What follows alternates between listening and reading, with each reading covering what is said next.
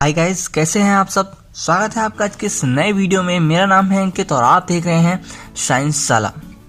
दोस्तों, आज के इस वीडियो में हम क्लास 11th के second chapter structure of atom के पार्ट 3 को कवर करेंगे। इस पार्ट में हम थॉमसन के एटॉमिक मॉडल को जानेंगे, समझेंगे। इससे पहले दोस्तों, मैं इसी चैप्टर के 2 पार्ट और बना चुका हूँ, ठीक है। और मैं फर्स्ट चैप्टर को भी पूरा 7 या 8 पार्ट में लगभग कवर कर चुका हूँ। आप आई बटन पर क्लिक करके उन दोनों चीज़ों को देख सकते हैं, ठीक है। आई होप आपको ये जानकारी पसंद आएगी। तो ऐसी जानकारी के लिए चैनल को सब्सक्राइब करें, वीडियो पसंद आए तो लाइक ज़रूर करना, ठीक है। तो हम चलते हैं अपनी वीडियो में आगे। गाइस, जैसा कि आपको पता है कि हमने पिछले पार्ट में भी बताया आपको कि जो जे थॉमसन थे, उन्होंने इलेक्ट्रॉन की डिस्कवरी की थी, ठीक है। इलेक्ट्रॉन की अपने कैथोड रे एक्सपेरिमेंट पूरा किया था। उसमें समझाया था कि कैसे कैथोड रेस, जो कि इलेक्ट्रॉन जिनमें प्रेजेंट रहते हैं, ठीक है। तो उसके बाद उन्होंने कुछ एटॉमिक मॉडल अपने सामने रखे, ठीक है। जिसमें से एक एटॉमिक मॉडल उन्होंने दिया, ठीक है, जो कि बताता था कि किस तरीके से एक एटम के अंदर पॉजिटिव चार्ज और नेगेटिव चार्ज अरेंज रह सकते हैं, ठीक है। जिसके लिए उन्हें बाद में नोबेल पुरस्कार भी मिला था। और आइए इसी की वीडियो में हम समझेंगे, इसी वीडियो में, कि हम किस तरीके से उन्होंने अपने मॉडल को बताया था। तो जो पहला मॉडल जो था वो उन्होंने इस तरीके से एग्जामिन किया था कि एक एटम के अंदर positive charge and negative charge pair के रूप में अरेंज रहते हैं। कैसे रहते हैं? पेयर के रूप में अरेंज रहते हैं, ठीक है। पॉजिटिव चार्ज, नेगेटिव चार्ज एक पेयर में होंगे और ऐसे ही बहुत सारे पेयर जो होंगे वो एक एटम के अंदर इक्वली डिस्ट्रीब्यूट रहेंगे।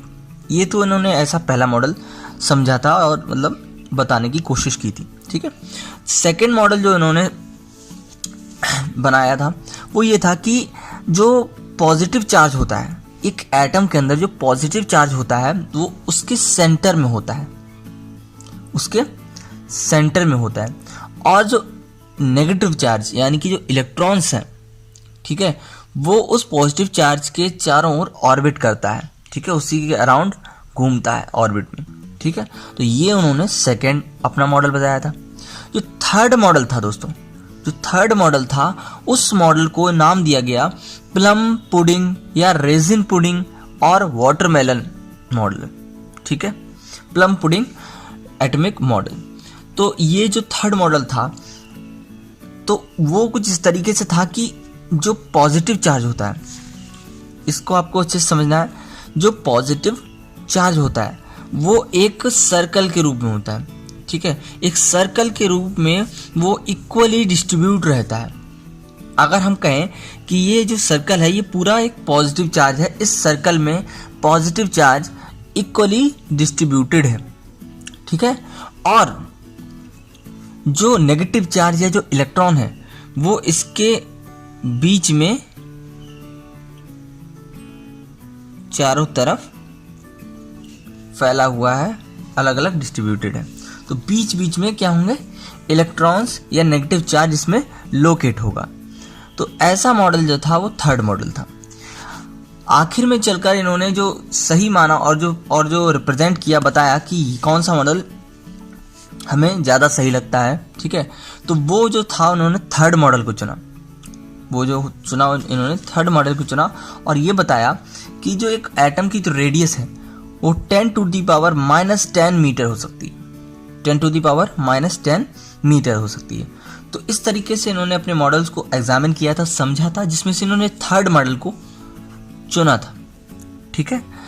अब दोस्तों, जो इनका जो बेस था, इन्होंने इलेक्ट्रॉन की डिस्कवरी की थी लेकिन प्रोटॉन को नहीं एग्जामिन कर पाए थे। लेकिन वैज्ञानिकों को ये मानना था कि चूंकि एक एटम जो होता है वो पूरी तरीके से स्टेबल रहता है, यानी कि जो नेगेटिव चार्ज मैंने डिस्कवर किया है उसमें पॉजिटिव चार्ज भी कहीं ना कहीं प्रेजेंट होगा, जो कि एटम को स्टेबलाइज रखता है, ठीक है।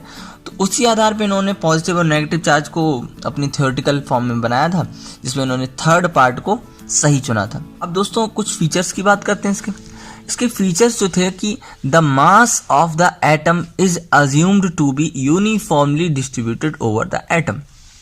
अगर इस एटम की बात करें, इनका जो मॉडल था उसमें जो एटम इन्होंने बताया था उसमें जो मास है उसका डिस्ट्रीब्यूशन जो है वो यूनिफॉर्म है।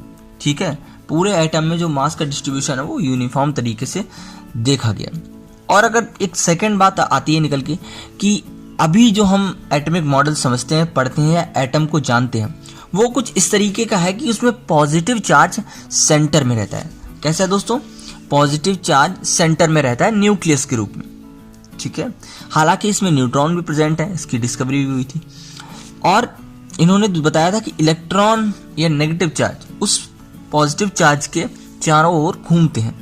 तो ये भी बात सही है कि जो इलेक्ट्रॉन्स हैं वो ऑर्बिट में पॉजिटिव चार्ज के चारों ओर घूमते हैं। ठीक है, तो अब इनके जो जे थॉमसन थे, इनके जो स्टूडेंट थे रदरफोर्ड, उन्होंने इसी सेकेंड इनका जो मॉडल था, इसके ही जो प्रिंसिपल था, इसको उठाया और इसी को थोड़ा सा मॉडिफिकेशन करके अपना एक नया सिद्धांत दिया, जो कि रदरफोर्ड के एटॉमिक मॉडल से जाना गया। ठीक है, जो कि 1919 में इन्होंने बताया था। ठीक है, तो इस तरीके से मॉडल्स हमारे सामने आए और जो थॉमसन का एटॉमिक मॉडल था वो कुछ इस तरीके का था। अच्छा, इसे प्लम पुडिंग मॉडल क्यों बोला गया?